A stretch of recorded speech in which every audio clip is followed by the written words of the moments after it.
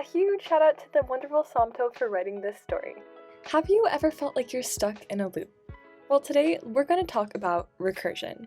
Picture this. You arrive at the mall, ready to shop till you drop, but discover that there's a super long line to get in. Apparently, all purchases are 50% off for the first 50 customers. What a steal! You join the line, but aren't sure if you'll make the cutoff. You're too far back to accurately estimate how many people are in front of you. But if you get out of line to count the people in front of you, the girls behind you will almost totally take your spot. They're not girls. So what are we supposed to do? I'm going to give you around 5 seconds to think about how you might solve this problem.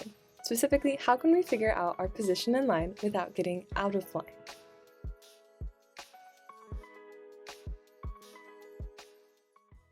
Alright, be prepared for spoilers. We can go ahead and use recursion. So what is recursion? Recursion is a process in which a function solves a problem by calling a copy of itself to solve a smaller subproblem of the original problem.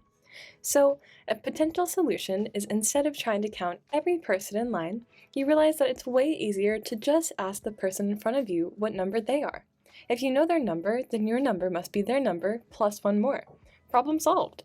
So you strike up a conversation with a nice friend in front of you and casually ask what their number is. But they don't know either. What are we supposed to do now? Well, in order to continue moving forward, let's go ahead and define a little bit more about recursion.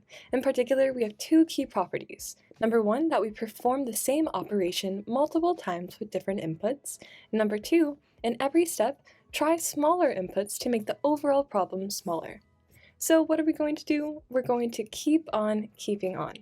You and the friend in front of you realize that they can just ask for the number of the person in front of them as well, and following your previous logic, determine their own number. This pattern continues all the way up the line. You're such a trendsetter, until the very first person in line is asked what number they are. Seeing as there's no people in front of them, they reply that they're first in line. The person behind them then declares that they must be the second. The pattern continues all the way down the line until your friend reports that they're number 49. Therefore, you must be the 50th person in line. Score! So now let's go ahead and answer the question of, was this really recursion?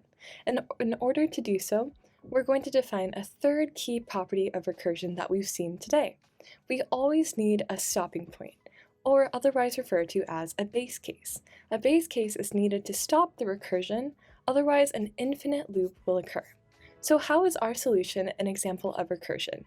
Our large problem is that we want to know our number in line.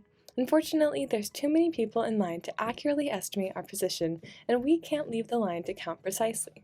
Therefore, instead of trying to figure out everyone's number, we break down this issue into a smaller problem. Only ask the number of the person in front of us.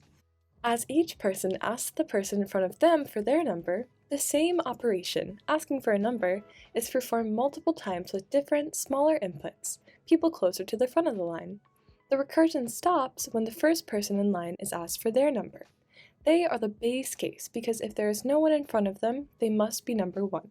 The information is then returned up the line until we learn that the person in front of us is number 49. We can then perform the simple computation of 49 plus 1 to learn that we are 50th in line. So that's all, folks. Hopefully we get to go on that shopping spree, and we've learned a little bit about recursion. Here's a couple of lines to recap, but thank you so much for watching, and I just have one final question to ask you. Have you ever felt like you're stuck in a loop?